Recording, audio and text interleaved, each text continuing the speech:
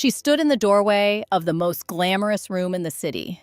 The chandeliers were gold, the champagne was cold, the music was perfect, and her husband was across the room, with another woman on his arm, wearing a dress he had told his wife was a client gift. She did not scream, she did not cry, she did not run, she picked up a champagne glass, she smiled at a passing server, and she stayed for the entire evening. Because her name was on the wall of that building, because she had built the program that everyone in that room was there to celebrate. Because no one, not even a billionaire husband who had spent 14 months erasing her, was going to take that from her. Not tonight, not ever again. What happened next took 1 year. It involved a shell company, $4.2 million, a woman she had every reason to hate who became her most important ally, a board vote of 7-2, and one night, exactly 1 year later, when she walked back into that same room, alone, in a wine-red dress she had chosen entirely for herself. And every single person who had laughed understood in that moment what they had lost by underestimating her. This is not just a story about betrayal. This is a story about what happens when a woman stops making herself smaller, and starts taking up exactly the space she was always meant to fill. If you have ever been told your perception was wrong, if you have ever made yourself invisible for someone who never deserved that sacrifice, stay with me, because this story is for you. And if it moves you the way I believe it will, share it with one woman in your life who needs to hear it today. Subscribe so you never miss a story like this one. And leave a comment below telling me, what is one thing you stopped doing for yourself that you are ready to reclaim? I read every single one. Now, let's begin. The first thing she heard was her own name, not spoken to her, spoken about her. Two women near the coat check, voices low, champagne making them careless. Is that Claire Harmon? I think so. Poor thing. Claire stopped walking. She stood in the entrance of the Whitmore Grand Ballroom, and she let those two words land. Poor thing. She let them settle into her skin the way cold water settles, slowly, then all at once. The string quartet was playing something from Vivaldi. The chandeliers threw warm gold light across 200 faces. Champagne flutes caught the light and threw it back. The air smelled like gardenias and money. The specific, dry smell of a room full of people who had never once worried about next month's rent. This was her world, or it had been. She straightened her spine. She picked up a champagne glass from the nearest tray without breaking stride. She smiled at the young server, who offered it, because the young server had nothing to do with any of this, and she had been raised to be kind to people who were just doing their jobs. Then she looked across the room, and she saw him. Preston was standing near the east windows, the ones that overlooked the sculpture garden, the garden that Claire had personally helped curate 3 years ago. He was wearing the charcoal suit she had taken to the dry cleaner 2 weeks ago. His hair was exactly right. His smile was exactly right. Everything about Preston Harmon was always exactly right, except for the woman on his arm. She was 27, maybe 28, luminous in the way that youth is luminous. Not earned, simply present, like morning light. Her hair was the color of dark honey and fell in one clean wave past her shoulders. She was wearing a dress the color of deep emerald. Claire recognized the dress. She had been standing in their bedroom 3 weeks ago when the delivery arrived. A green garment bag from a boutique on Fifth Avenue. Preston had signed for it himself, which was unusual. He had said, without looking up from his phone, client gift. For the Whitmore event. Claire had nodded. She had believed him. She had been believing him for a very long time. Margot Bellamy appeared at Claire's left elbow. Margot was holding a champagne flute, and she was not drinking from it, and her face had gone very still in the particular way that Margot's face went still when she was thinking 5 things at once and choosing to say or none of them. Claire, Margot said. I see him, Claire said. We can leave. No. Claire's. No, Claire said again. Her voice was level. She was surprised by how level it was. I helped build this program. My name is on the donor wall in the East Wing. I am not leaving. Margot looked at her for a long moment. Okay, Margot said. Then we stay. Across the room, Preston looked up. He found Claire's eyes with the ease of someone who had always been able to find her in a crowd. 8 years of marriage did that. You learned the specific weight of another person's attention. You learned to feel it before you saw it. He looked at her. He did not flinch. He turned back to the woman in the emerald dress and said something that made her laugh. Her laugh was bright and uncomplicated. It carried across the room the way laughter does in a space with high ceilings and marble floors. Claire took a sip of champagne. It was cold and dry and tasted like absolutely nothing. She had dressed carefully tonight. The blue silk she had worn to last year's Whitmore event. She had gone back and forth about wearing something new, but the blue suited her, and she had felt, in some half-conscious way, that she wanted the armor of something familiar, the pearl earrings that had been her grandmother's. Her hair pinned at the nape of her neck, the way Preston had always said he preferred. She noticed that, too, suddenly, the way Preston had always said he preferred. How many choices had she been making based on that sentence? Claire? Warren Cade materialized at her right side. He was 62 and silver-haired, and had known her since she was 24 years old, and had walked into his museum with a portfolio under her arm and more confidence than experience. He had hired her in spite of the experience. He had always said the confidence was rare. He looked at her now with something in his eyes that was not quite pity and not quite fury, and was, she realized, both of those things held at a careful distance. "Come with me," he said. "There are people who want to see you. Specifically you. Not anyone else. You." She let Warren steer her toward the gallery wing. She did not look back at Preston, but she was cataloging everything. The angle of his body toward the woman in the emerald dress, the way his hand rested at the small of her back, that particular gesture, that specific placement that had once meant something between them, the way the guests near him orbited slightly, pulled by his gravity, because Preston Harmon had a kind of gravity that worked on everyone in a room, and he had always known it. She had loved him for knowing it. She had not yet understood that a man who knew exactly how to pull people toward him also knew exactly how to push one specific person away so slowly that she would explain it to herself as drifting. I should be crying, that was the thought, clear and simple, in the middle of the music, and the conversation, and the gardenias. I should be crying, and I am not crying, and I don't understand why I am not crying. She filed that thought away. She would come back to it later.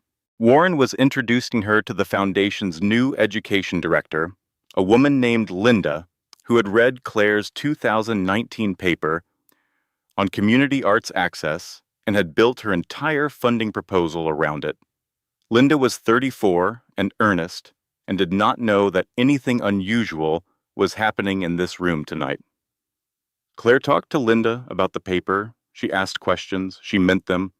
The work had always been real, even when other things were not. At 9:45, she excused herself and found the coat check.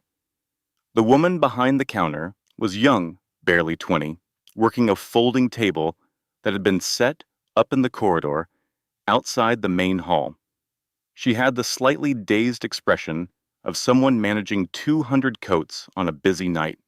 A woman Claire did not recognize stepped out of the corridor shadows. She was perhaps 60, plainly dressed, with the purposeful manner of someone who has been waiting and is relieved the waiting is over. She held out an envelope. "Mrs. Harmon?" she said. Claire took it. The woman walked away without another word. Claire opened the envelope. Inside was a photograph, printed on regular paper, slightly blurred at the edges, the kind of image that had been captured on a phone and enlarged. A ballroom, this ballroom. The east windows, The sculpture garden beyond. Two people standing close together, his hand at the small of her back, her laugh caught mid-breath. Preston and the woman in the emerald dress. At last year's Whitmore Gala. Claire turned the photograph over. On the back, in neat handwriting, 14 months. He told her you were separated. She read the words twice. She looked at the photograph again. She looked at her own reflection in the mirror behind the coat check counter. The blue silk, the pearl earrings, the hair, pinned the way Preston had always said he preferred. The photograph had been taken at this gala. 1 year ago, she had been here that night, standing somewhere in this same building, 20 feet away, talking to someone about the arts program she had spent 3 years building. She had been 20 feet away. She put the photograph in her evening bag beside her phone. She went back into the ballroom. She stayed for the entire program. She applauded for the grant recipients. 12 young artists from across the city, painters and photographers, and a 17-year-old cellist from the East Side who played 3 minutes of something so beautiful that the room went genuinely quiet. She applauded hardest for the cellist. She did not look at Preston again. She was not ready yet, but she was getting there. In the car on the way home, her car, not the car they usually shared, because she had told Preston earlier that she might leave early and he should go ahead without her, and she understood now why that conversation had gone so smoothly. She took out her phone. She checked her messages. She checked them 3 times. Lock, unlock, lock, unlock, lock. She put the phone in her bag. She looked at the city moving past the window. She thought about the cellist, 17 years old, playing something that made 200 people forget for 3 minutes that they had anywhere else to be. She thought about being 24 years old and walking into Warren's museum with a portfolio and more confidence than experience. She thought about the word Preston had used once, 8 months ago, when she had questioned the foundation's budget restructuring. Irrational, he had said, in a specific tone, and she had let it go. She had believed him. She had been believing him for a very long time. The car moved through the city. She did not cry. She was starting to understand why. The morning after the gala, Preston's side of the bed was cold. He had not come home. Claire lay on her side of the bed, her side, the left side, which she had always taken because Preston slept facing the window, and she had adjusted, and she looked at the ceiling, and she listened to the house. The Harmon estate in Westfield was 11,000 square feet. In the morning, before the housekeeper arrived, it had a particular quality of silence, not peaceful, hollow, like a sound stage between productions. All the furniture and the art and the good rugs and the carefully chosen everything, and no one moving through it, and the quiet made it feel like a museum after closing. She had thought that before. She had filed it away. She was done filing. She got up. She put on the robe that hung on her hook. Not his home, his hook. Her hook, the one on the left, because she was on the left, everything slightly adjusted to make room for Preston's preferences. She went downstairs. She made coffee in the kitchen that was designed for entertaining and used primarily for coffee and takeout containers. She stood at the window and looked at the grounds. 3 acres, a fountain that ran from April through October. The rose garden she had planted herself in the first summer of their marriage, when she had still believed that making things grow in the ground was a reasonable metaphor for making a marriage work. The rose garden looked perfect. It always looked perfect. The gardener came on Tuesdays. Something is wrong. She had thought that before, too. She had spent a significant amount of energy over the past 2 years talking herself out of that thought. She had explanations for everything. Preston was busy. His company was expanding into European markets. The time zones were brutal. Of course he was distracted. The locked phone was client confidentiality. He had said so, and she had no reason to doubt him. The missed dinners, the vague answers, the way he looked at her, sometimes with a slight wariness, as if calculating how much she had noticed. She had explanations for all of it. She was good at explanations. She had a master's degree and 15 years of professional experience turning complicated things into coherent stories. She had been applying that skill to her own marriage, and she had not noticed she was doing it. She noticed now. She poured her coffee, and she sat at the kitchen island, and she took out the photograph. In the morning light, it was clearer. Preston's face, caught in three-quarters profile, laughing at something the woman in the emerald dress had said. His hand on her back, the easy intimacy of two people who were comfortable together. 14 months, the handwriting on the back said. He told her you were separated. She turned the photograph over so she did not have to look at it, and she drank her coffee, and she thought about the past 14 months. The past 14 months. She had been running the Harmon Foundation's arts program for 3 of those months before Preston restructured the board. She had been organizing the grant cycle, managing relationships with 37 partner organizations, reviewing applications, building something real and useful in the world.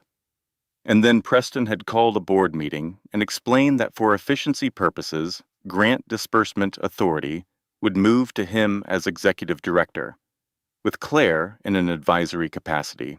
Advisory capacity. She had been the one who built the program from a $200,000 pilot to $3 million a year in grants. She had done that. Her relationships, her knowledge, her work, and she had been moved to advisory capacity, and she had pushed back. Gently, because she was always gentle, because Preston responded poorly to being pushed. And he had looked at her with that slight calculation and used the word irrational, and she had let it go. She had let a lot of things go. It was 11 at night. She was cleaning the kitchen counter. They were already clean. She had cleaned them 2 hours ago. She was cleaning them again with a lemon-scented cloth, moving in small, precise circles, the smell sharp and familiar, her breathing slow and even. The house was completely quiet. Preston was at a work dinner. He had texted at 7. Running late. Don't wait up? She had not been waiting up. She had been cleaning counters that were already clean. She stopped. She looked at the cloth in her hand. She recognized what she was doing. She had been doing this for 2 years. The late-night cleaning, the reorganizing, the careful maintenance of surface order when the interior order was impossible to reach. She had not named it before. She was naming it now. Her body had known something was wrong long before her mind agreed to look. She put down the cloth. She picked up her phone, and she called Margot. Margot answered on the first ring. I was wondering when you'd call, Margot said. You knew, Claire said. Not a question. There was a pause, the kind of pause that contains a decision. I didn't know, Margot said carefully.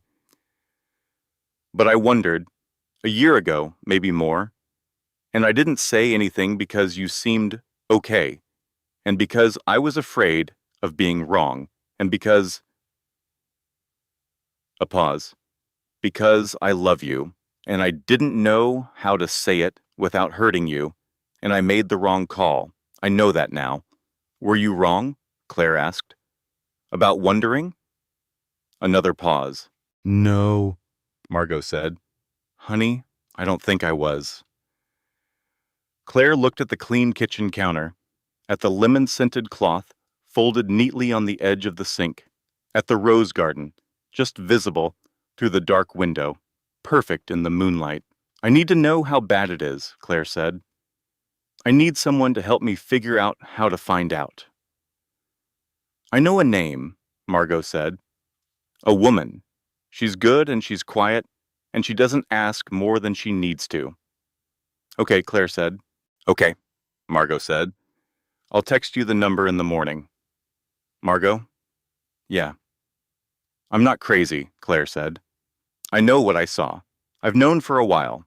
I just needed someone to stop telling me I was imagining it. Margot was quiet for a moment. You were never imagining it, Margot said. I should have said that a long time ago. I'm sorry. Claire ended the call. She sat at the clean kitchen island in the enormous silent house, and she opened her laptop. She went to the Harmon Foundation's financial portal. She still had login access. Barely, at the periphery of her advisory role, a single read-only view of the disbursement ledger that Preston's team had apparently forgotten to remove when they restructured her access 8 months ago. She was not sure what she was looking for. She found it anyway. The grant disbursement account, the one she had built, the one that processed $3 million a year to 37 partner organizations, had been emptied. Not slowly, not across many transactions, 2 large transfers, 18 months apart, the second one 4 weeks ago. She looked at the receiving account number, at the entity name beside it, Volant Group, LLC. She had never heard of it. She wrote the name on the notepad she kept beside the laptop for grocery lists and appointment reminders. Volant Group, LLC. She closed the laptop. She sat very still. The refrigerator hummed. Somewhere in the distance, a car moved through the night. The rose garden was perfect in the moonlight outside the window. I'm not crazy. She had known that, but it was good to have evidence. Janet Norris operated out of a converted accounting office on the 3rd floor of a building that also housed a dental practice and a translation service. The hallway smelled like industrial cleaner and old carpet. The name on the frosted glass door was simply Norris Consulting. Claire had expected something more dramatic. Janet herself was 58, methodical, with close-cropped gray hair and reading glasses she wore on a chain. She shook Claire's hand once, firmly, and gestured to the chair across the desk, and did not offer small talk. Tell me what you know, Janet said. Then tell me what you suspect. Then tell me what you want to find out. In that order. Claire told her. All of it. The gala, the photograph, the emerald dress, the Volant Group, the restructured board, the 14 months written on the back of an envelope by a woman she had never seen before and had not been able to find since. Janet listened without interrupting. She took notes in a small leather notebook with a mechanical pencil. When Claire finished, Janet looked at her notes for a moment. I want to be clear about what you may find, Janet said. Sometimes people investigate and find nothing. Sometimes they find more than they expected. Are you prepared for either possibility? Yes, Claire said. She was not fully prepared for either, but she said yes because the alternative, not knowing, continuing to clean counters, and build explanations for things that had no good explanation, was no longer something she could sustain. One more question, Janet said. What do you want to do with what I find? Claire thought about that.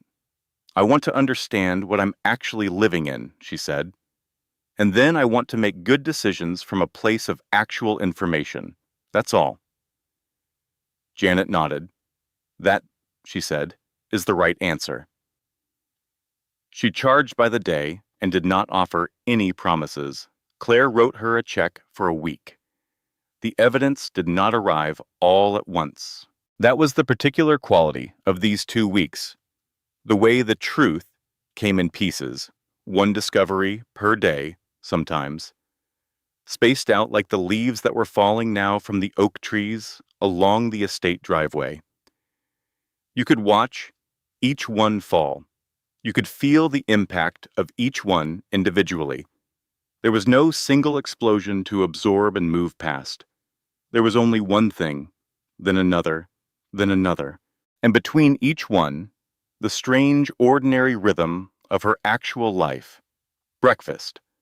Calls with foundation partners who did not yet know she was in advisory capacity only.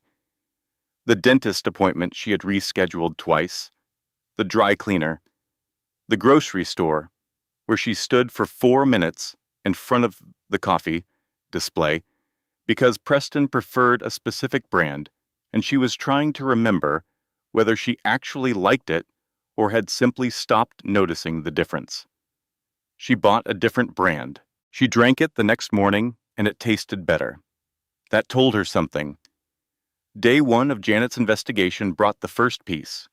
Delia Voss and Preston Harmon had been in documented contact for 14 months, not 6 weeks, which was the implied timeline of the emerald dress story. 14 months. The contact had begun the previous spring, when Claire had been sick with a severe stomach virus, and spent a weekend in bed while Preston attended a conference in Miami. Claire remembered that weekend clearly. She had been relieved he went without her. She had not wanted to cancel his professional commitments because of her illness. She had not wanted to be a burden. I was grateful. She sat with that thought for a long time. I was grateful he left, and I was sick and he was in Miami with someone else, and I was grateful I didn't inconvenience him. She did not cry. She was beginning to understand that the absence of tears was not the absence of pain. It was something else. The particular numbness of a body that had already been processing something for a long time without the mind's permission. She had been grieving this in some quiet, underground way for months, maybe longer.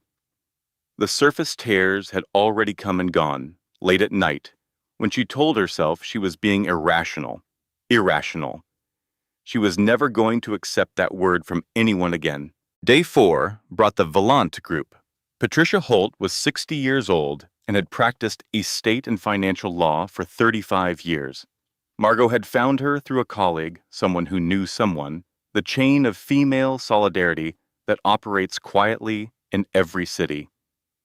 Patricia had an office on a high floor with a view that felt deliberately unimpressive, functional furniture, good lighting, no artwork except one small photograph of a mountain. She reviewed the documents Claire brought. The foundation portal screenshots, the transfer records, the name. Volant Group, LLC, Patricia said. She typed for a moment. Incorporated in Delaware, 18 months ago. Registered agent is...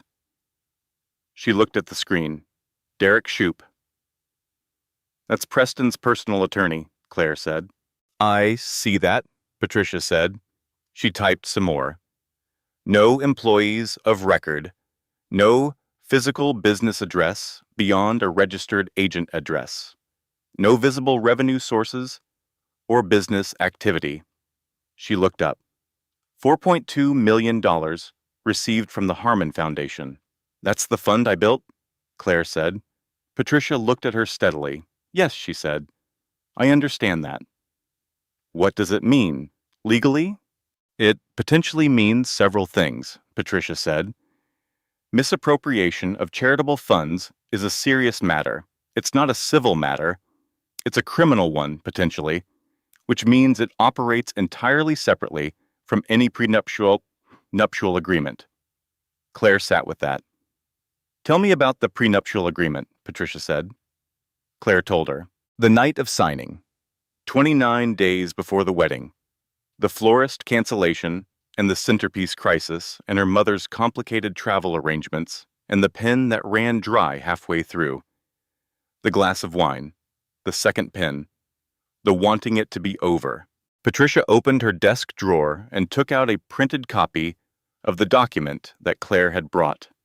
She had found it in the safe Preston kept in his study, the combination of which was their wedding anniversary, which struck her now as either sentimental or simply convenient. Patricia turned to Clause 14C. She read it aloud. In the event of dissolution of the marriage, the party of the second part forfeits any claim to assets held in the name of Harmon Enterprises or its subsidiaries, including but not limited to real property, investment accounts, and intellectual property. If the dissolution is initiated by the party of the second part without documented evidence of infidelity. Documented evidence of infidelity. That's a high bar, Claire said. It's a specific bar, Patricia said, but it's not insurmountable. And more importantly, if there is criminal financial activity connected to the foundation, the prenuptial agreement becomes significantly less relevant. Criminal proceedings operate on a different track entirely. She closed the document. You have options, she said. This is going to take time, and it is going to require patience. But you have options. Claire drove home. She sat in the parking garage of Patricia's building for 22 minutes before she went in. She had sat there with the engine running, watching the ordinary world move past the garage entrance, people with coffee cups and dry cleaning bags, the city doing its regular things. She had thought, I could not do this. I could go home. I could decide that not knowing is survivable. Then she had thought, I already know. She had already known for longer than she was ready to admit. She turned off the engine. She went in. Day 7 brought the worst piece. Her name had been removed from the Harmon Foundation's board of directors. Not recently, 14 months ago. The same month, Preston's relationship with Delia Voss had begun. The paperwork had been filed by Derek Shoup. Preston had signed as executive director. Claire had not been notified. There was no record of any notification attempt. She sat with this one for a full day before she could think about it clearly. Her name, removed. From the board of the organization she had co-created, without a word. While she was still coming to board meetings, still managing partner relationships, still believing she was a meaningful part of something she had built. She had not been on the board. She had been performing the appearance of being on the board for 14 months without knowing the board no longer officially included her. And the Whitmore Gala, the gala she attended every year as a founding donor, as a board member, as someone whose name was on the East Wing wall. She had not been on the guest list. She had only been there because Warren Cade had added her name to a secondary arts community list, not knowing she had been removed from the primary registry. She was not supposed to be there that night. She was not supposed to see Preston and Delia. She was not supposed to find out any of this. She sat in the lake park, the one she used to come to in graduate school, the bench on the north path, and she looked at the gray October water, and she thought about the version of herself who used to come here with gallery catalogs and bad coffee from the cart near the entrance. That woman had believed that life was a solvable problem and that she was smart enough to solve it. She had not been wrong. She had just been solving the wrong problem for 8 years. She drove home. She called Patricia. She said, I think I have a path to documented evidence. I need to talk to you about an email. Patricia said, come in tomorrow morning. Claire said, 7:30. Patricia said, I'll have coffee. The leaves continued to fall, one piece at a time, and each piece, once understood, made the next one easier to receive, not because it hurt less, but because she was getting better at knowing what she was looking at. She did not scream. This is the part people find surprising, later, when she tells pieces of the story to the people close enough to hear it. They expect her to have screamed, to have thrown the folder of documents at him, to have arrived at his office at 9 in the morning with Janet's report in one hand and the bank statements in the other, and made the scene that the situation seemed to call for. She did not do any of that. She asked Preston to dinner. She made the reservation herself at a restaurant on the east side of downtown, a place Preston liked, with good wine and corner tables and enough ambient noise to absorb a difficult conversation without broadcasting it to adjacent diners. public enough that neither of them could fully fall apart. She wanted that containment. She needed the discipline of other people's presence. She wore the black dress. He had said, once in the 3rd year of their marriage, "You should wear that more. You look like yourself in that." She had filed that away as a compliment. She was retrieving it now as information. What Preston considered her most herself had been a useful image to him, something he wanted available when needed. She wore the black dress because she looked good in it. Not for him, for herself. She ordered a glass of Sancerre and waited. Preston arrived 7 minutes late, which was slightly less than his average. He was in a good mood. A deal had closed in the European market, something in Frankfurt, and he told her about it in the car on the way to the restaurant with the particular animation he reserved for professional victories. She listened. She asked the right questions. She meant some of them. He ordered scotch. She noted that. He was more comfortable than he should have been. That told her something useful. They ordered. They talked about small, ordinary things. The furnace at the estate, which needed servicing, and a friend's art show that was opening the following week. The conversation moved easily. It had always moved easily between them.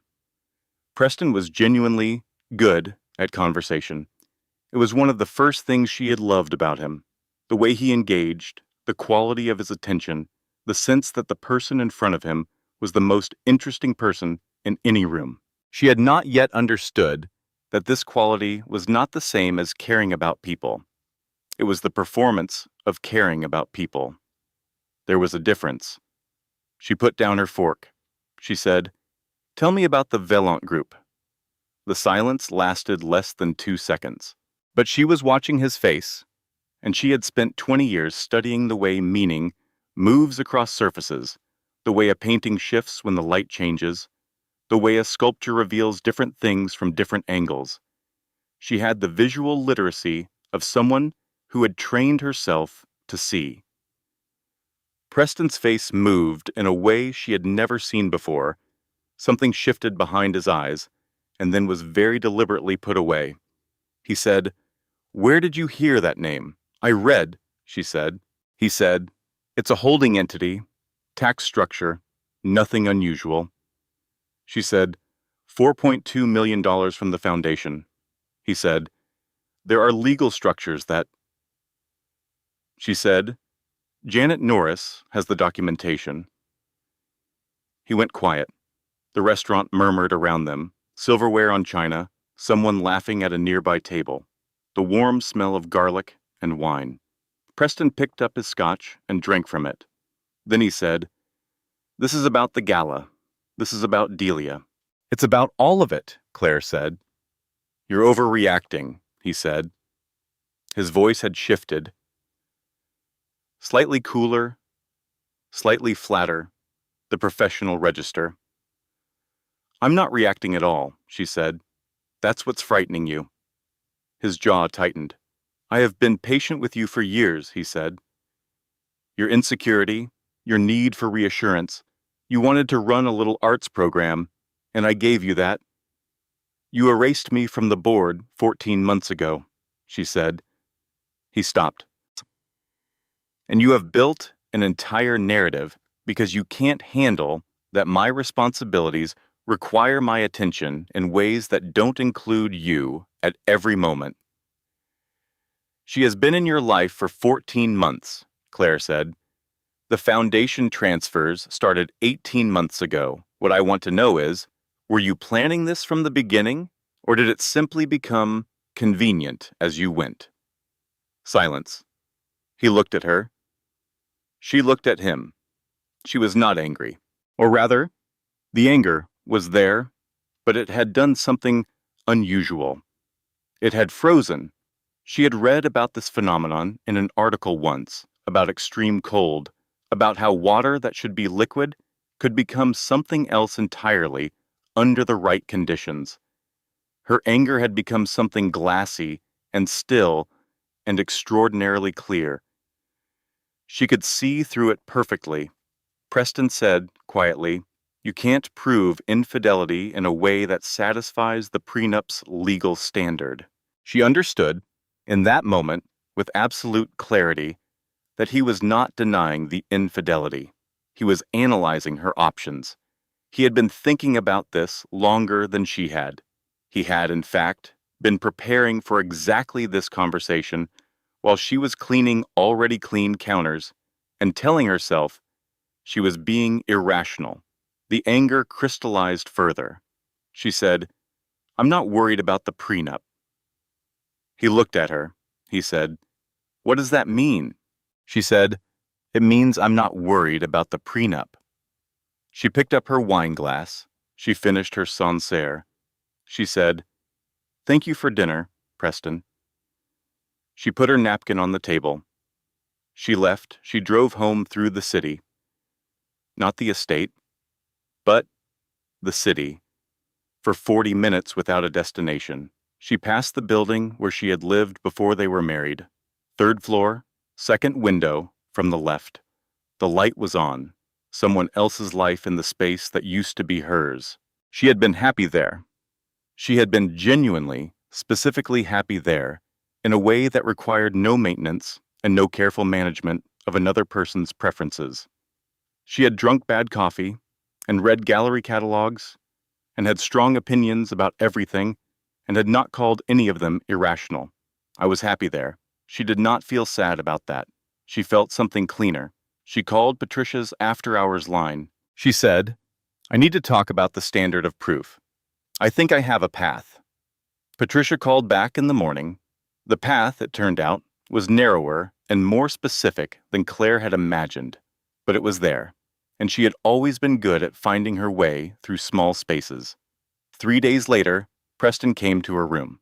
She was at her desk, reviewing the foundation partner files she had kept copies of in her personal cloud storage, the relationship histories, the grant reports, the correspondence with 37 organizations that depended on money that had been moved into a shell company that existed for no legitimate purpose. He stood in the doorway. She did not invite him in. He said, "This doesn't have to get ugly." She looked up at him. He looked, she realized, slightly diminished, not physically. Preston was still handsome and well-dressed, and everything about him was still exactly right, but something in the architecture of his confidence had shifted. He had been certain, until the restaurant, that she did not know enough to act. Now he was recalibrating. She said, "It already is ugly, Preston. It's been ugly for a long time. You just made sure I was the only one who could see it." He said, "What do you want?" She thought about that. She said, "My name back.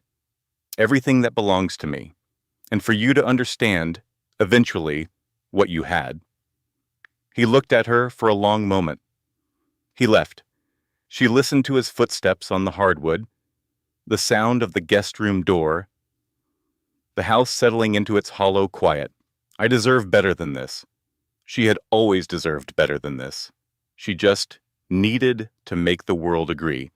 She opened her laptop. She got back to work.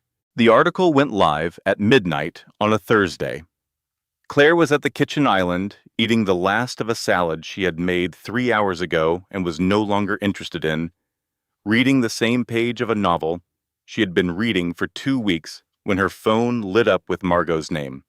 3 texts in rapid succession. Then a call. She answered. "Get ahead of this," Margot said. She was speaking quickly, in the urgent murmur of someone who does not want to be overheard. "It just went up. Cassandra Webb's column. Claire, it's..." A pause. "It's not good." "What does it say?" "It has photos. From the gala?" "From the gala and from somewhere else, a restaurant, last spring." Claire put down the novel. She opened her phone's browser. She found the column. It was titled "The Harmon Split: What Really Happened at the Whitmore Gala." It had 4 photographs. The first 2 were official event photography from the gala, the kind of images that would never be released. The 2 subsequent photographs were 'fictional' images, 'fictional' that circulated to society, publications, as a matter of course, and which apparently someone had sold to Cassandra Webb. Preston and Delia at the east windows. Preston and Delia at the champagne table, his hand on her back, her laugh. The third photograph was the one Margot had warned her about. A restaurant, spring light through the windows, two people at a corner table leaning toward each other with the comfortable ease of people who had done this many times. Preston, Delia, laughing. The fourth photograph was Claire, at last year's gala, alone, standing near the east wing entrance with a champagne glass, smiling at someone out of frame. She looked, in the photograph, composed and poised, and she saw it now from the outside, slightly disconnected from the room around her, as if she had been practicing being present for so long that the practice had become visible. She had not known that showed. The article referred to Delia as Preston's new companion. It referred to Claire as his wife of 8 years, once a respected figure in the arts community. Once, past tense, relegated to a prior era in 2 words. She put the phone face down on the counter. She sat on the kitchen floor, not dramatically, not with intention. She simply slid off the stool and sat down on the cool tile with her back against the island. The kitchen smelled like sesame oil from the takeout she had ordered 2 days ago and dish soap and the cold mineral smell of the tile itself. The refrigerator hummed. The clock on the microwave read 12:17. Outside, somewhere, a car moved through the night. She sat there. She breathed. The past several weeks, Janet's reports, Patricia's briefings, the Valant group documentation, the prenuptial clause, the board removal, the photograph in the envelope, all of it had been a private experience. Her knowledge and her pain, and her very careful, very methodical response to that knowledge and pain. It had been happening in a space that was hers. Now it was public. Now it was his wife of 8 years. Once. She understood, sitting on the kitchen floor at 12:17 on a Thursday, that there were 2 kinds of loss in this situation. The first was private. The second was social.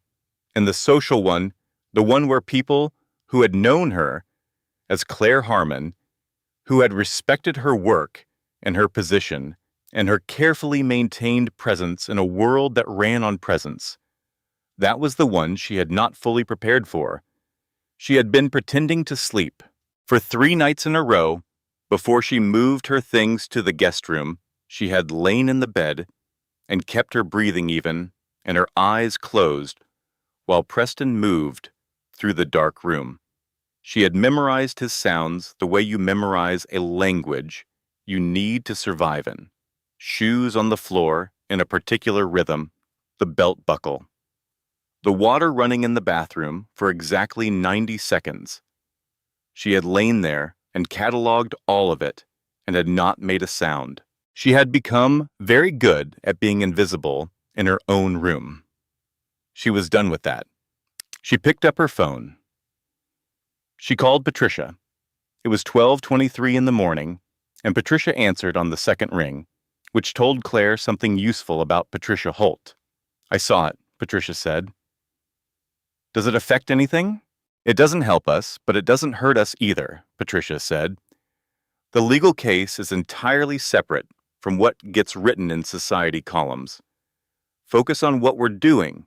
Don't respond to the article. Don't post anything. Don't give any interviews." "I wasn't planning to," Claire said. "I know," Patricia said. "I'm saying it anyway. How are you?" Claire thought about that. "I'm sitting on my kitchen floor," she said. A brief silence. "That's allowed," Patricia said. "Sit there as long as you need to. Then get up." "I know," Claire said. "I'm going to." She sat there for another 10 minutes. Then she got up. She washed the salad bowl. She went to bed. Delia Voss called on a Saturday morning, 11 days after the article. Claire almost did not answer. She looked at the unfamiliar number for 4 rings, and something in her, some instinct she was learning to trust instead of override, told her to pick up. She did. 무서워. "This is Harmon," said the voice on the other end. It was lower than Claire had expected, younger sounding in register, not age. A slight rawness that comes from saying a difficult thing. "Yes," Claire said. "This is Delia. I know this is..." A breath. "I know why you might hang up." "I'm not hanging up," Claire said. Silence. "Then, he told me you were separated. From the beginning? From the very first time we met, he told me the marriage had been over for 2 years, that you had an understanding, that you lived mostly separate lives, and were just waiting for the timing to be right to formalize it." Another breath. "I believed him. I want you to know that I believed him. I think you know what it's like to believe him." Claire sat down at her kitchen table. She was quiet for a long moment. "I do," she said. "I have emails," Delia said, "from a personal account he used, not his business email. He was communicating with me from this account and..." She stopped. Patricia Holt's name came up in one of them. He wrote to someone, I don't know who, saying he was monitoring your legal activity, that you had retained someone and he was keeping track of what was being filed. I didn't understand what I was reading when I first saw it. I've been sitting with it for 2 weeks. Claire felt something very still move through her. Preston had been tracking her legal consultations.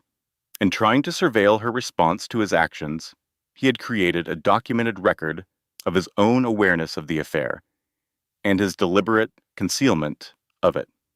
He had built his own evidence against himself.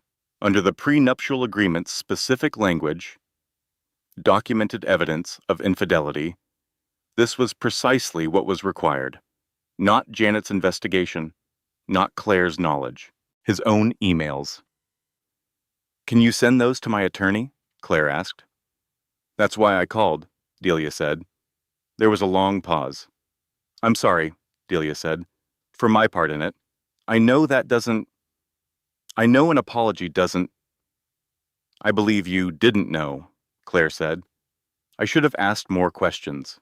"Yes," Claire said. "Probably." She paused.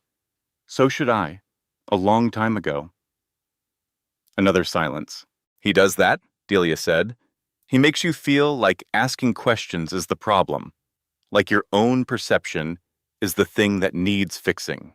"Yes," Claire said, "he does. Starting over feels impossible." She had thought that many times in the past weeks, but staying is worse. She had always known that. She just needed to say it clearly, the way you have to say a true thing out loud before you can fully act on it. Staying is worse. She forwarded Delia's contact information to Patricia. She opened her laptop. She looked at apartment listings in the city. She had a very specific idea of what she needed. Something small and bright and entirely her own. Something with good light in the mornings, in a neighborhood she had chosen for herself, with no adjustments for anyone else's preferences. She found 3 possibilities. She scheduled viewings for the following Tuesday. She took a Tuesday. Not a moving company, not a production.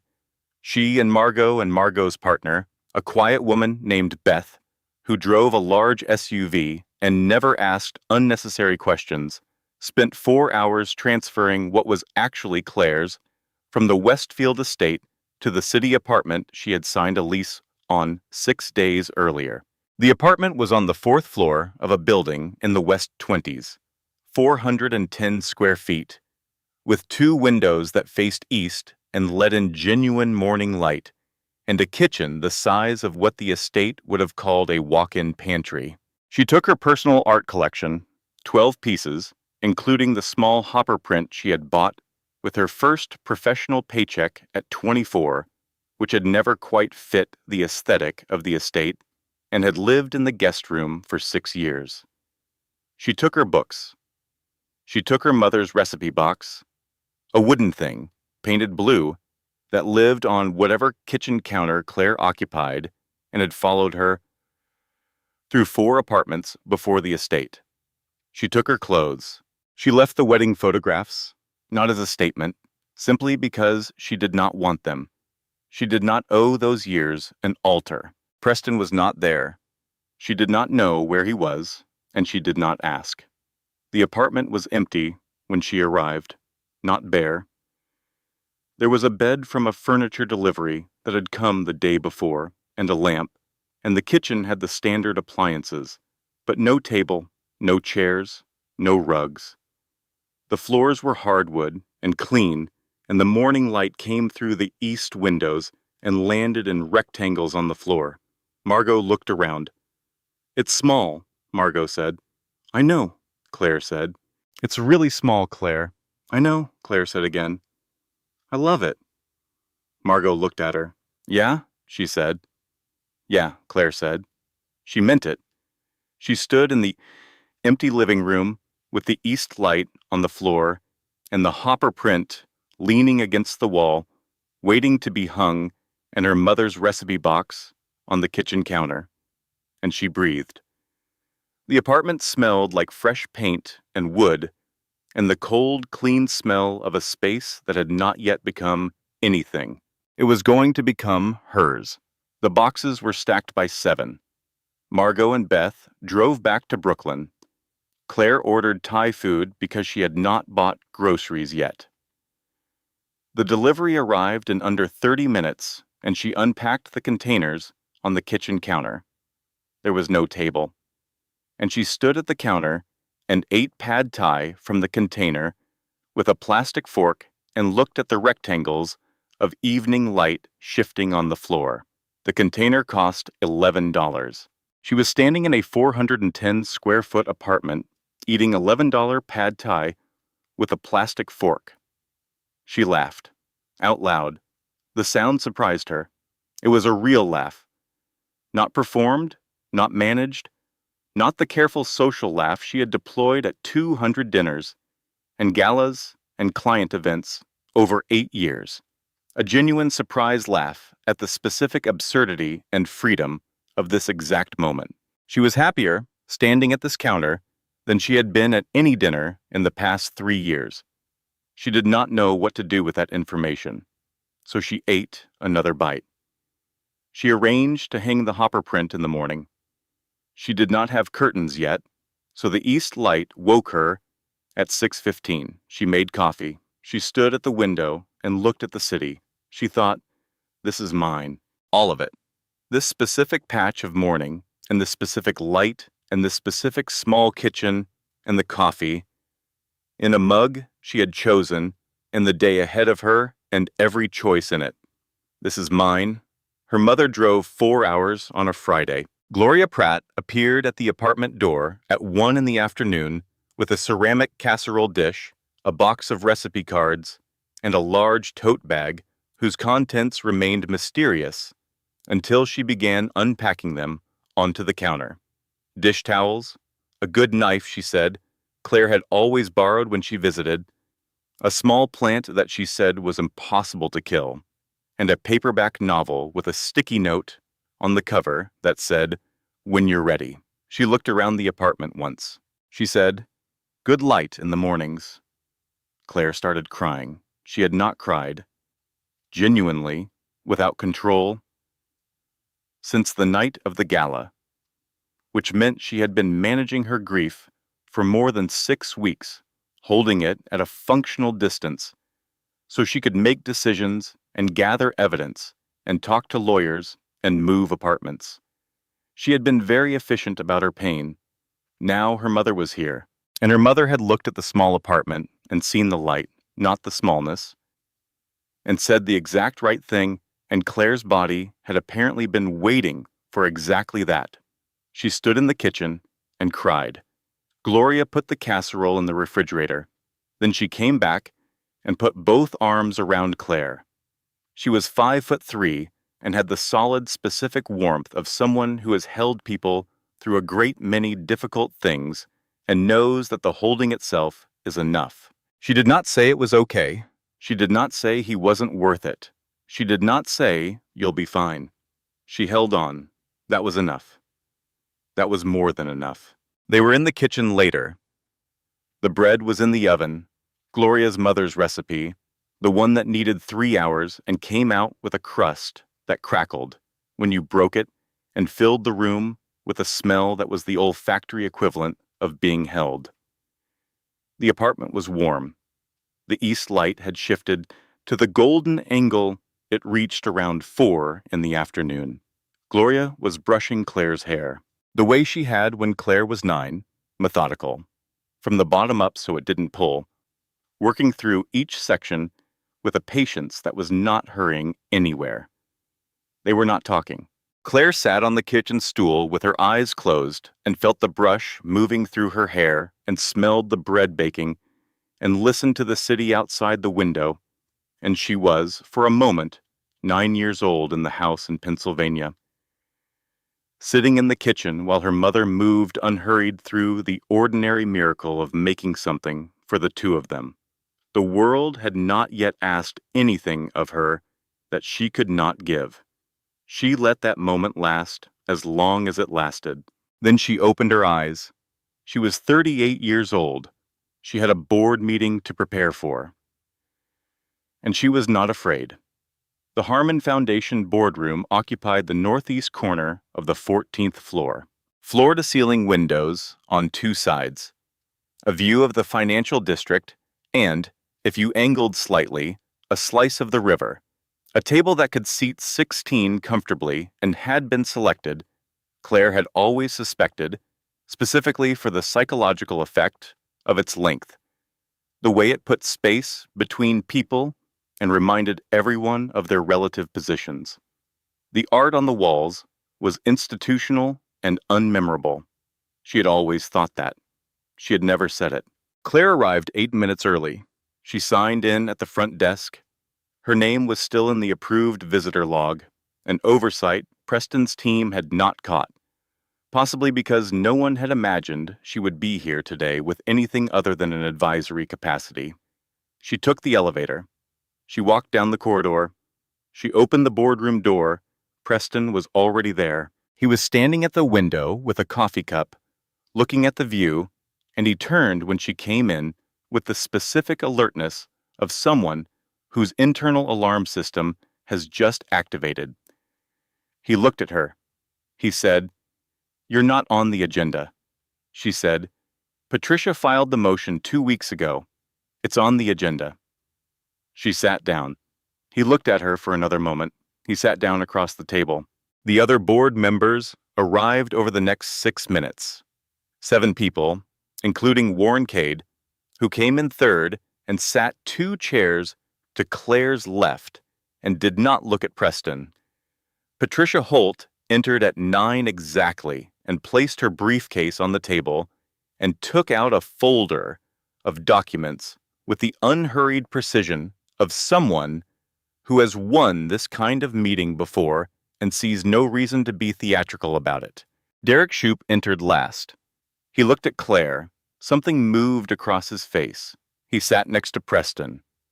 The board chair, a man named Gerald, who was 70 and had been on the board since its founding, called the meeting to order. Patricia presented the financial brief. She was thorough and she was clear and she was merciless in the way that clarity, presented without embellishment, tends to be merciless. The Valant Group transfers, the dates, the amounts, the registered agent, the absence of any legitimate business purpose, the foundation funds that had moved through a shell company controlled by the foundation's executive director and his personal attorney. Warren seconded the motion for independent audit. Derek Shoup objected on procedural grounds. Patricia had anticipated every objection. She addressed each one in order, without raising her voice, citing the specific statutory authority for each response. It was, Claire thought, like watching someone play chess against an opponent who thought they were playing checkers. Shoup pivoted to character. He raised questions about Claire's standing in the proceedings, her motives, her relationship to the foundation in the context of a contentious marital dispute. Warren said, "I'd like to return to the documented evidence." Gerald said, "Yes, let's return to the documented evidence." Preston spoke. He was composed and measured and persuasive in the way that only someone who has spent years reading rooms and calibrating himself to them can be. He offered an alternative framing of the Villant transfers, a complex investment vehicle, a tax optimization strategy that had not been communicated clearly but was entirely legitimate. He was not panicking. He was performing competence. Claire watched him. She thought, "I spent 8 years believing this man. I understand completely why other people still do." She looked at Patricia. Patricia nodded slightly. Patricia introduced the emails. She placed printed copies in front of each board member. She did not editorialize. She simply said, "These are communications sent by Mr. Harmon from a personal email account provided by a third party, authenticated by a forensic communications specialist, and relevant to the question of both the foundation transfers and Mr. Harmon's conduct as executive director." The room read. The room changed. Not dramatically, not with gasps or declarations. The change was quieter than that. The particular quality of a room full of people who have all simultaneously come to the same understanding and are each privately recalibrating what they thought they knew. Preston said, "I'd like to call a recess." Patricia said, "The motion requires a vote before any recess per the Foundation bylaws, Section 7C. Gerald said, "Then we'll vote." The vote was called 7-2. Warren looked across the table at Claire. He did not smile. He nodded, the specific nod of someone marking an important moment without overstating it, the nod of someone who respects what just happened. She nodded back. She thought, for a strange, clear second, about the lake. The bench on the north path, the girl with the gallery catalogs, and the bad coffee from the corner cart. The girl who had believed she was smart enough to solve whatever was in front of her. That girl had been right. She had just spent 8 years being given the wrong problem. Preston left without speaking to her. Shoup was on his phone before he reached the door. 2 board members, both original co-founders of the arts program, both people Claire had worked with directly in the early years, came to her side of the table and shook her hand. The handshakes were genuine, the kind that have weight behind them. "I should have asked questions sooner," one of them said. "You asked them today," Claire said. "That's what mattered." She took the elevator down.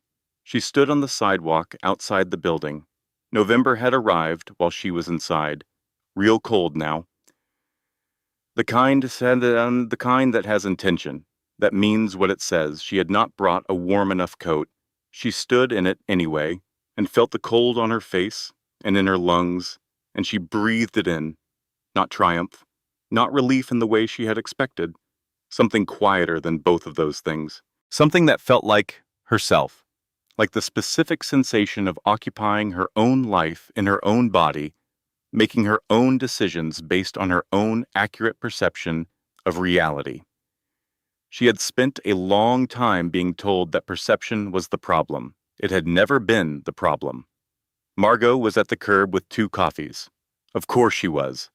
She handed one to Claire without saying anything. They stood on the sidewalk with their coffees and the November cold around them. Then Margot said, 7-2. 7-2, Claire said.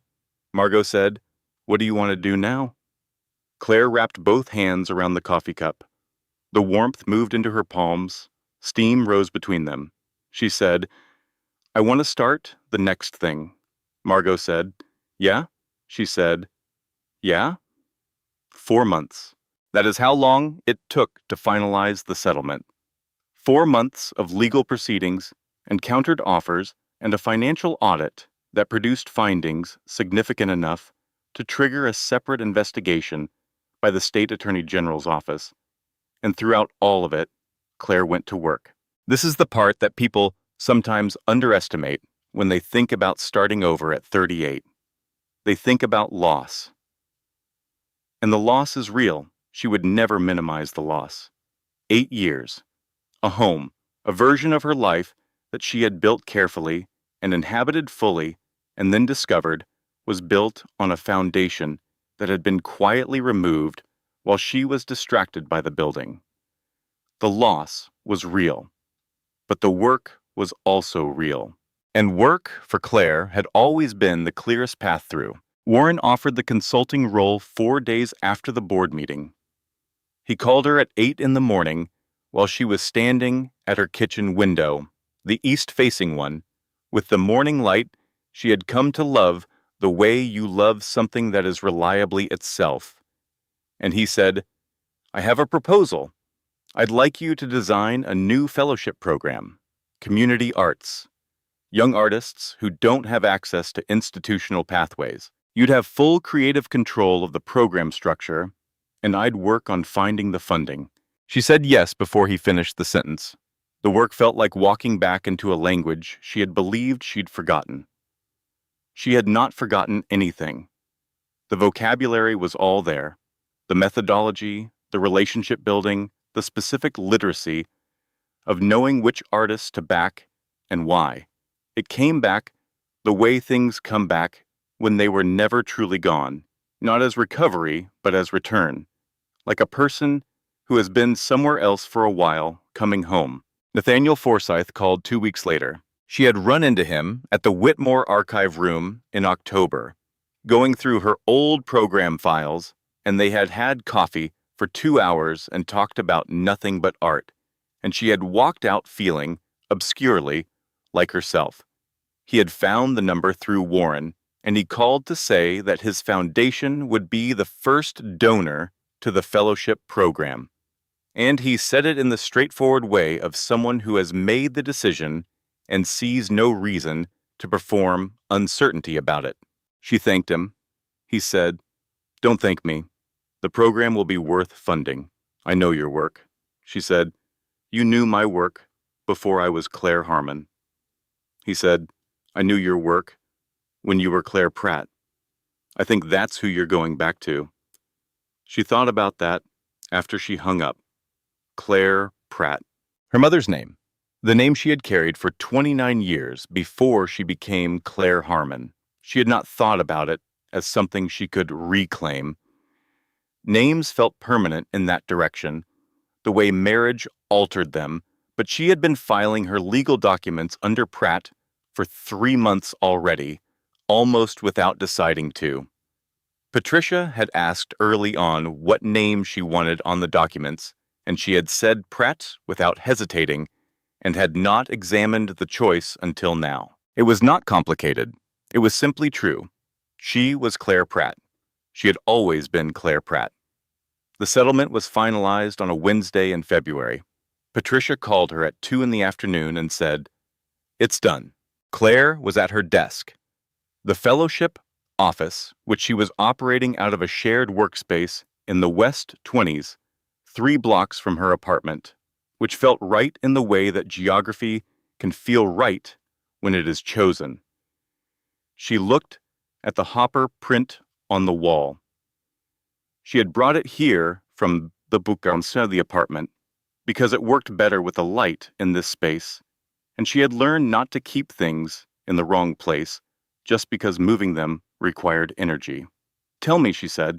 Patricia told her. Her share of the marital assets, significant, a number that did not need embellishment.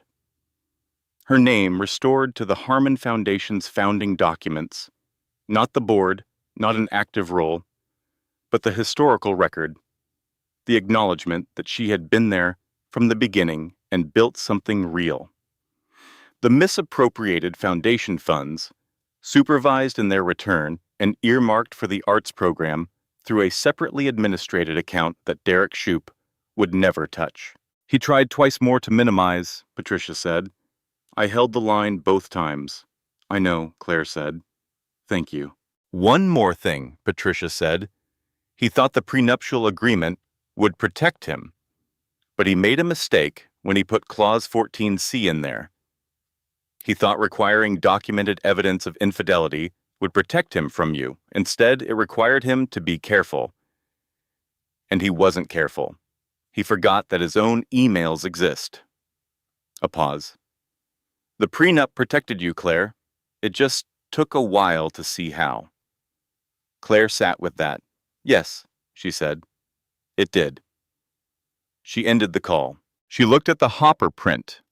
She looked at the stack of fellowship applications that had come in over the past 3 weeks. 412 of them, from young artists across the city, photographers and painters and muralists, and a young woman who made sculptures from reclaimed building materials. She opened the first one. A 22-year-old photographer from the east side of the city.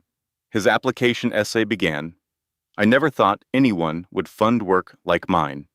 I never thought someone would see it. She read the sentence twice. She knew that feeling. She wrote across the top in red pen, Advance to second round. She opened the second one. By the end of the 4th month, the patterns were clear. The Harmon Foundation audit had produced findings that the State Attorney General's office found sufficient to open a formal investigation. Harmon Enterprises' stock fell 14% in the first week of the news cycle. Preston stepped down from the Whitmore Gala committee, or was asked to step down. The phrasing in the announcement was careful, and did not chair the planning meeting he had chaired for the past 5 years. Cassandra Webb published a piece in the Sunday edition titled, The Woman Who Built the Harmon Foundation and What It Cost Her. It ran with a photograph of Claire at the fellowship office. Not a glamorous photograph, not a posed one. She was at her desk, reading, the hopper print visible on the wall behind her. She looked like a person doing her work. The piece was shared 43,000 times in the first week. Claire did not read it until the 3rd day after it published. She read it once. It was accurate. She set it aside and went back to the applications. There were 412 of them. She was not going to rush. The night before the gala, she stood in front of her bathroom mirror. She was wearing a dress she had chosen alone on a Saturday 3 weeks earlier in a shop in the West Village she had walked past 100 times when she lived in the neighborhood and never entered because Preston preferred a specific boutique.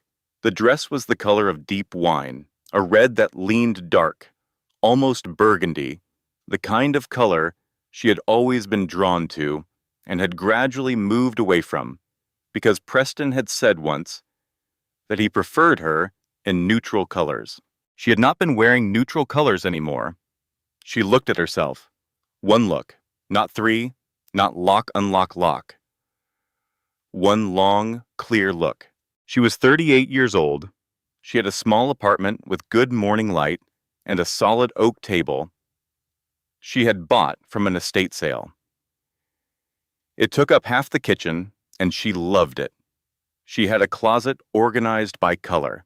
She had a plant her mother had brought that was, true to Gloria's word, impossible to kill. She had a best friend who showed up with coffee. She had a mother who made bread from a 3-hour recipe. She had a mentor who put her name where it belonged. She had work that mattered, and 412 people who believed someone might see them. She nodded at her reflection. She picked up her coat. She was ready. The Whitmore Grand Ballroom opens the same way every year. The string quartet in the northeast corner, playing something from the classical repertoire that no one argues with. The chandeliers at their warmest setting. Someone on the event staff had figured out years ago that warm light made people more generous at charity functions. The gardenias at the entry, which had been the same florist for 11 years. The champagne on silver trays, carried by servers in dark jackets. Heels on marble, glasses touching. The low warm hum of a room full of people who are pleased to be where they are. Claire heard the music before she saw the room. She stood in the entry for exactly 1 moment. She felt the warmth of the room, smelled the gardenias, heard the Vivaldi. She felt the marble under her heels and the weight of her coat in her hand, and the particular clarity of being exactly where she meant to be. Then she walked in. The room did not stop. It did not dramatically part or fall silent the way rooms do in films when the protagonist arrives transformed. The Whitmore Gala was too well-mannered for that. What happened was subtler, and in its subtlety, more genuine. It was the particular social wave of a room noticing something without announcing that it had noticed. Conversations that adjusted slightly, heads that turned and stayed turned for a fraction of a second longer than usual. The specific attention of people who have been waiting for something and have just seen it arrive. She was wearing the wine-red dress.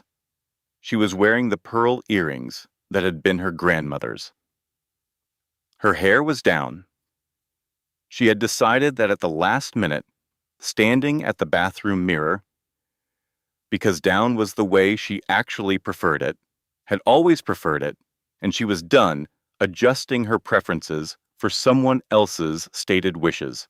She picked up a champagne glass from the nearest tray. She took a sip. It was cold and dry and tasted exactly like champagne. Margot found her within 90 seconds. Margot was wearing something in deep gold, and her expression had the contained satisfaction of someone who has been looking forward to this moment for a specific and justified length of time. 7-2, Margot said, by way of greeting. 7-2, Claire said. They touched their glasses together. You look good, Margot said. I feel good, Claire said. She meant it. She moved through the room. She talked to the education director, Linda, about the paper and about 2 of the fellowship applicants who had come through Linda's referral network. She talked to one of the original co-founding board members, who gripped her hand with both of his and said, Your program this year, the young photographer, I read his artist statement 3 times. She talked to 3 partner organization representatives who had worked with the foundation for years and who were, each of them, careful and warm and not quite sure whether to reference anything that had happened, and she made it easy for them by asking directly about their work. She was good at her job. She had always been good at her job. She had simply been doing it in a context that had made her doubt that. Cassandra Webb found her at the champagne table at 9:20. Cassandra was 52, with the sharp features and unhurried bearing of someone accustomed to people wanting things from her. She extended her hand. Mrs. Harmon, she said. Miss Pratt, Claire said. I use my mother's name now. Cassandra paused. Miss Pratt, she said, I owe you an apology. The piece I wrote in October, the framing was past tense, Claire said. Yes, Cassandra said. Past tense. That was wrong. I was working too fast and I took a framing that was offered to me and I should have pushed back on it. Claire looked at her. The piece in February was better, she said. Yes, Cassandra said. I'd like to write the full story, from the beginning, the foundation, the program, all of it. Not the marriage, the work. Claire considered this. She thought about the first article, the photograph of her at last year's gala, alone, slightly disconnected, the word once, the past tense. She thought about the photograph in the February piece. At her desk, the Hopper print on the wall, doing her work. You already are, she said. You just started from the wrong end. She touched her glass to Cassandra's. Cassandra smiled. 43,000 shares, Cassandra said. I know, Claire said. I read it on the 3rd day. Why the 3rd day? I wanted to finish the applications first, Claire said. Cassandra looked at her for a moment. I'll call Patricia Holt's office, she said, to set up the interview. Do that, Claire said. Warren found her near the program display. It was positioned in the corridor outside the main hall. A series of framed photographs, 12 of them, one for each fellowship recipient from the inaugural cohort. The photographers had captured each recipient in their workspace: a studio, a dark room, a corner of a kitchen, a community center art room. The cellist from the East Side, she had learned in the months since the first gala, that his name was Marcus, and that he had been playing for 11 years and had never had a lesson from a teacher who was compensated adequately to give him real time.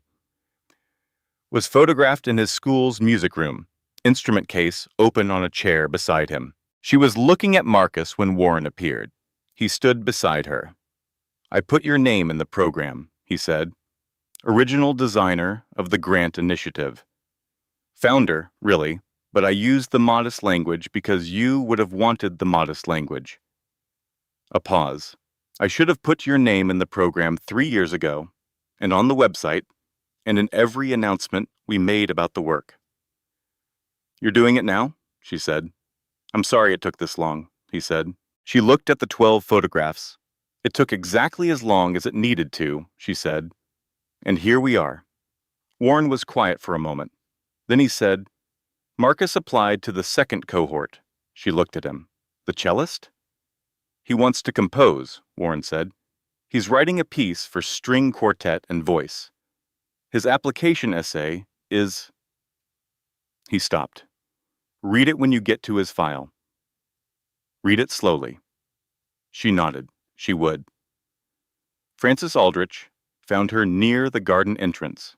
Frances was 70, the wife of a senior board member, someone Claire had seen at 30 or 40 of these events without ever having a real conversation with.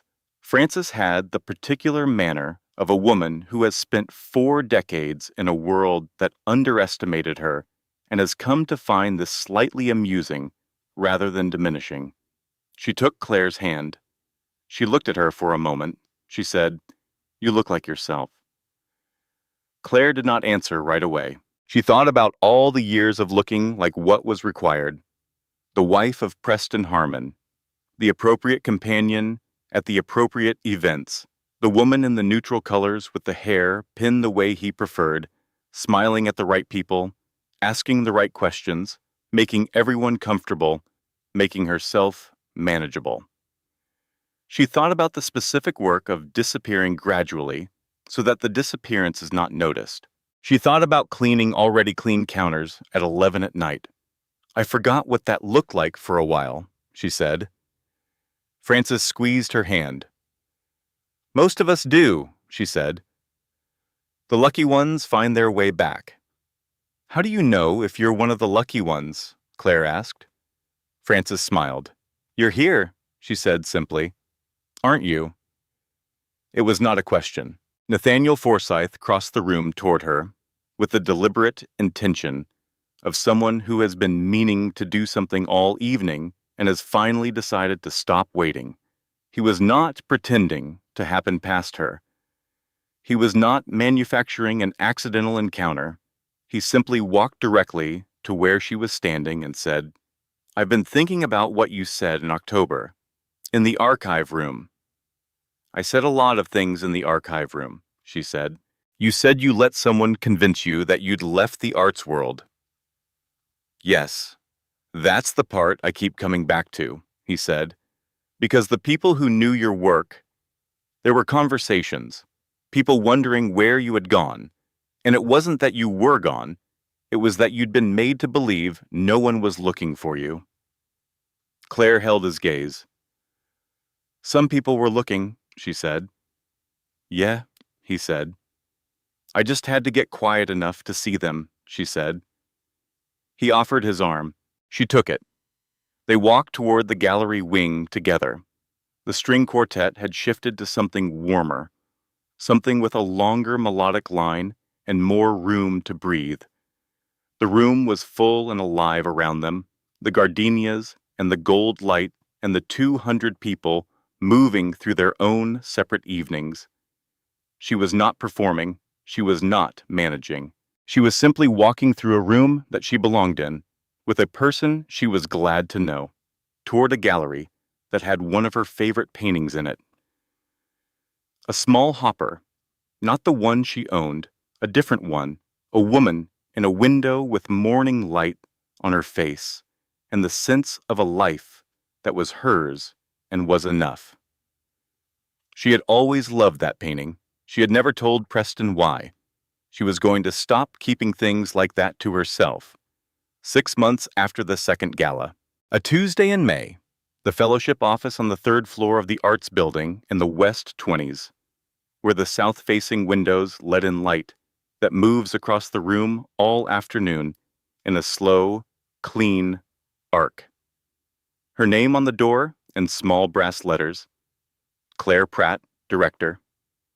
She had looked at those letters the first morning they appeared and had stood in the hallway for a full 30 seconds, just looking at them. Claire Pratt. Not because the name was new, because it was the oldest name she had.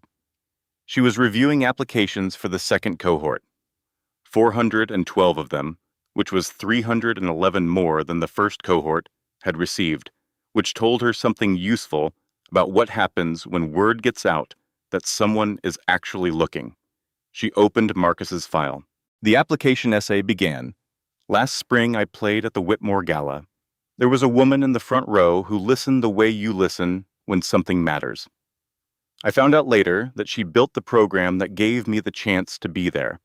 I want to study composition because I have been given something, attention, resources, the belief that what I am doing is worth doing, and I want to learn how to give that back. Through music, through the thing I make. I want someone someday to sit in a front row and feel what I felt when I understood that someone saw me. Claire read it twice. She set it on the stack she was building, the stack that would become the second cohort. 12 young people who had been waiting for someone to look and had finally been looked at. She wrote across the top in red pen, "Advance to second round. Call this one personally." What she knows now, that she did not know before, she knows that the opposite of love is not hate. Hate requires continued engagement. Hate means the other person is still living rent-free in the architecture of your attention. She has no room in her architecture for rent-free tenants anymore. She is using all the space herself. The opposite of love, she has decided, is simply moving on, not forgetting.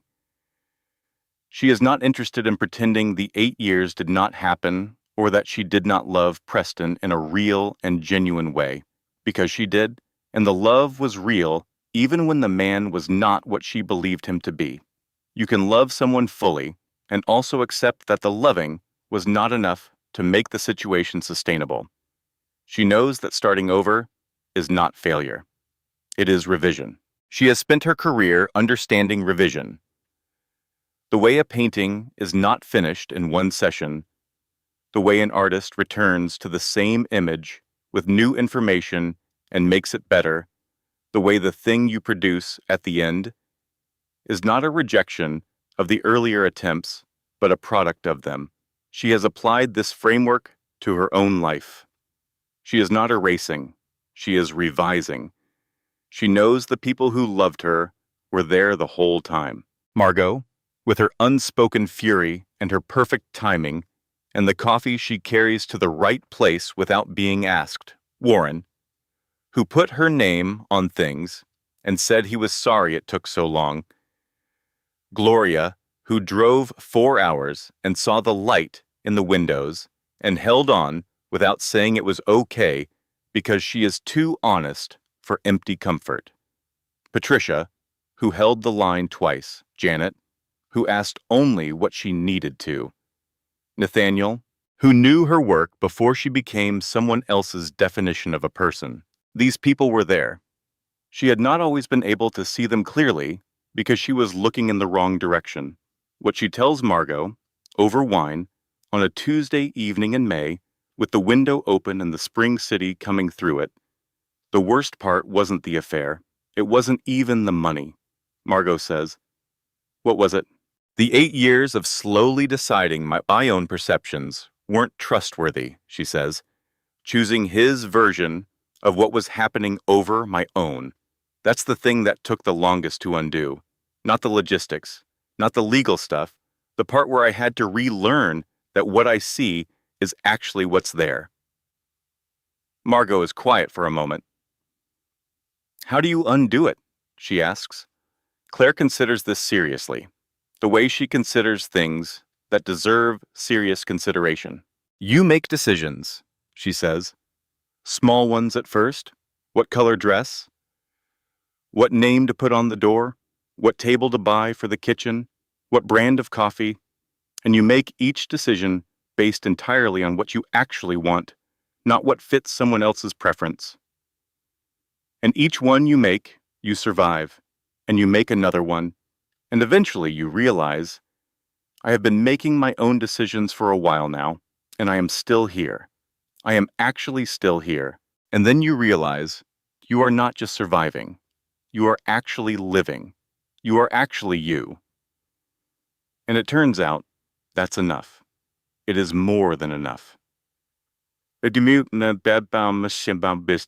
Margot refills their glasses. You're going to be okay, Margot says. I know, Claire says. I've known for a while. What she understands now about the marriage, Preston Harmon was not a monster. She has spent some time with this. It would be simpler if the 8 years were easily reducible to a villain and a victim and a clear morale. But that is not what happened. What happened was more ordinary and more damaging than villainy. A man who had learned very early that his intelligence and his charm and his ability to read rooms were enough to get him whatever he wanted, and who had therefore never developed the capacity to genuinely see the person beside him. He saw the useful shape of a person. He saw the function a person performed. He did not see the person. Claire does not need him to understand this. She understood it for both of them, and that is enough. He taught it her by erasure what she valued, the work, the program, the 412 people in the second cohort stack who had written, in their own way, the same sentence. I never thought someone would see it. She sees it. She has always seen it. She had simply been living for 8 years in a place where that particular quality of hers was not considered an asset. What Preston taught her, without intending to, that a person can be brilliant and magnetic and still be fundamentally unable to see the person standing next to them, that this is not a mystery to be solved. It is simply a true thing about some people, and it is no longer her problem. The fellowship office in May. The south light moving across the room in its slow afternoon arc. Her name on the door. 412 applications. She is going through them one at a time, methodically, the way she does everything.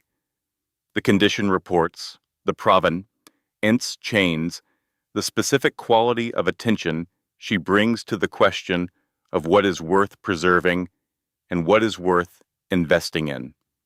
All 412 of these people are worth it. Her job is to pick the 12 who are ready for this particular form of it, this year, with this program and this funding and this moment. And to keep the file of the others, because ready is a function of timing, and not everyone's timing is the same, and she has learned not to mistake not yet for never. She opens the next application, a 25-year-old muralist from the North Side. Her artist statement is 300 words exactly, and every one of them is necessary. The photograph of her work in progress shows a wall in a community center, 40 feet long, half-finished, a cityscape that is also a portrait, that is also somehow a story. In the bottom right corner, barely visible, the muralist has painted a woman looking out a window. The woman's face is turned away. The light on her back is the specific quality of morning light. Claire looks at the photograph for a long time. She writes, "Advance to second round. Show Warren." The string quartet played in her memory. She can hear it still when she thinks about that first night. The heels on marble, the champagne glasses catching the light, the gardenias. She heard her name before she saw him, and then she saw who was on his arm. She is glad she was there. She is glad she was sick and went anyway, because Warren insisted, and because something in her, some stubbornness she had not yet identified as strength, decided that her name on the East Wing wall meant she had every right to be in that room. She is glad she did not look away when she saw them together. She is glad for the photograph in the envelope from the woman she never identified. She hopes that woman is well.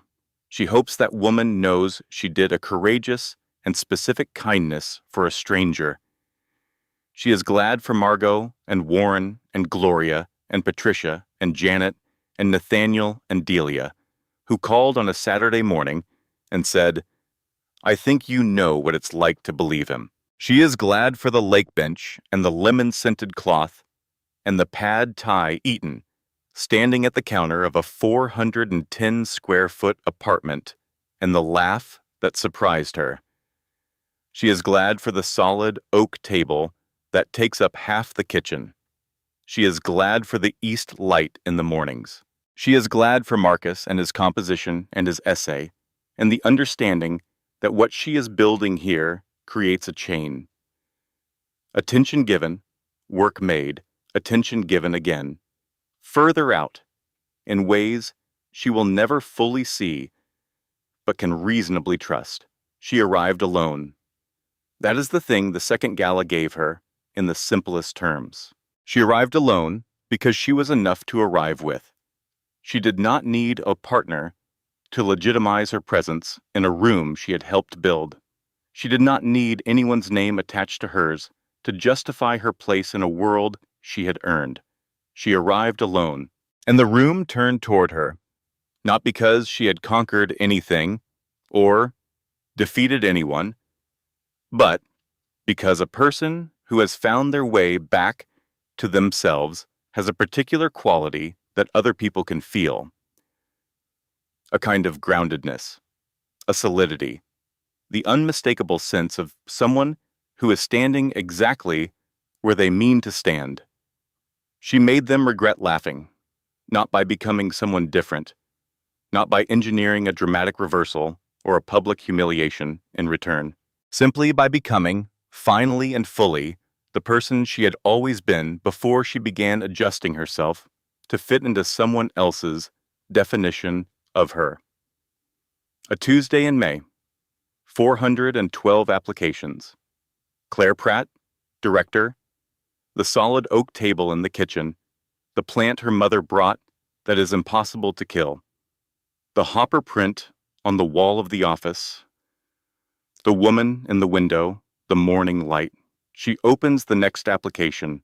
She reads carefully. She sees what is there. We have come to the end of Claire's story, but I want to stay here with you for just a few more minutes, because I don't think stories like this one should end without us sitting with what they leave behind. Not the drama, not the legal victory, not the 7-2 vote or the 14% stock drop or the wine red dress. Those are satisfying. They are meant to be satisfying. We need to see justice move in the world, even in fiction, because so often in our real lives it moves too slowly or not at all.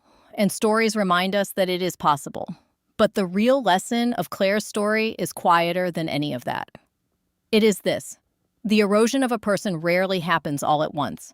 It happens in small moments, a word used in a specific tone, a preference accommodated, a perception questioned until the person doing the questioning begins to wonder if their own eyes can be trusted, a name moved from one list to another without notification, a feeling filed away because the alternative, acknowledging what the feeling means, is too large to face on a Tuesday morning when the coffee is hot and the rose garden looks perfect and everything on the surface says, "You are fine." Claire was not fine. She knew she was not fine.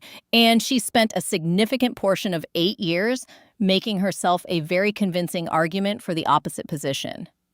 I think many of us know that experience, not necessarily in marriage, in friendships, in workplaces, in families, in any relationship where we have decided, for reasons that felt reasonable at the time, to trust someone else's version of reality more than our own. The technical term for this is gaslighting, but I want to offer a more human framing because I think the clinical word can sometimes create distance from the experience rather than recognition of it. What happened to Claire was this. She was a person with excellent perception, a trained eye, a careful mind, a genuine ability to see things clearly. And she was in a relationship with someone who understood that her perception was her greatest strength and therefore made it his business to undermine it. Gradually, consistently, with just enough warmth and charm interspersed to make her doubt that what she was noticing was real. Irrational, he called it, once, in a specific tone. And she let it go. She let a lot of things go. And here is the truth that I want to leave with you today. The truth that I believe this story carries in every chapter. You are not required to let things go that your body already knows are true. Your body knows. Claire's body knew. She was cleaning already clean counters at 11 at night. She was lying still in the dark, cataloging her husband's sounds, pretending to sleep. She was refreshing her phone 3 times in the parking lot. She was sitting in a parking garage for 22 minutes with the engine running, unable to go in. Her body was telling her, and she eventually listened. The question the story asks us, quietly, underneath all the drama, is how long do we wait before we listen? Not because there is a right answer. There is never a right answer to that question. The timing of awakening is its own private matter, and it is not for anyone else to judge. Claire stayed for 8 years, and she was not foolish for staying. She had reasons. Real ones. Love is a real reason. Loyalty is a real reason. Fear of the unknown is a real reason. The hope that what you are seeing is not what is there. That is one of the most human reasons in the world. But at some point, at the lake bench with the gray October water and one glove, she sat down with herself and she stopped explaining. And that is where the story really begins. Not with the gala, not with the photograph in the envelope, with the moment she decided that her own perception was trustworthy, with the moment she stopped filing things away. That is the moment available to every single one of us. You do not need a photograph in an envelope. You do not need a public humiliation to authorize your own knowing. Your own knowing is already authorized. It always was. The other thing I want to say, and I want to say it clearly because I think it is the most important thing, is this. Starting over is not a punishment. It is a revision. Claire at 38, eating pad thai from a container, standing at the counter of a 400-square-foot apartment with no table, laughing out loud at the specific freedom of that moment. That is not failure.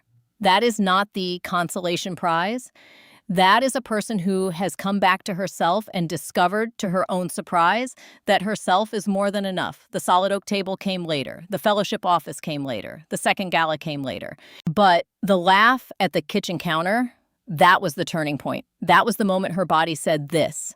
This is what I have been moving toward. Wherever you are in your own story today, whether you are still in the parking garage with the engine running, whether you are cleaning counters that are already clean at 11 at night, whether you are lying still in the dark, pretending to sleep, cataloging sounds, whether you are 6 months out, sitting at a new kitchen table, building something new, whether you are somehow already at the second gala, standing in the doorway in the color you actually chose, alone and enough, I want you to know your perception is trustworthy. Your name belongs on the wall. And it is never too late to stop making yourself smaller for someone who was never going to be grateful for the space. Thank you for staying with this story. Thank you for giving it your time and your attention, which are the most valuable things you have. I will be back with another story, and I hope when I am that you are still here. Final closing statement. This content was researched, developed, and manually crafted by our team, built with care, with intention, and with the belief that stories told with honesty can offer something that no algorithm can generate: the specific comfort of feeling genuinely seen. Every word in this story was chosen by a human hand for a human heart. Thank you for being here.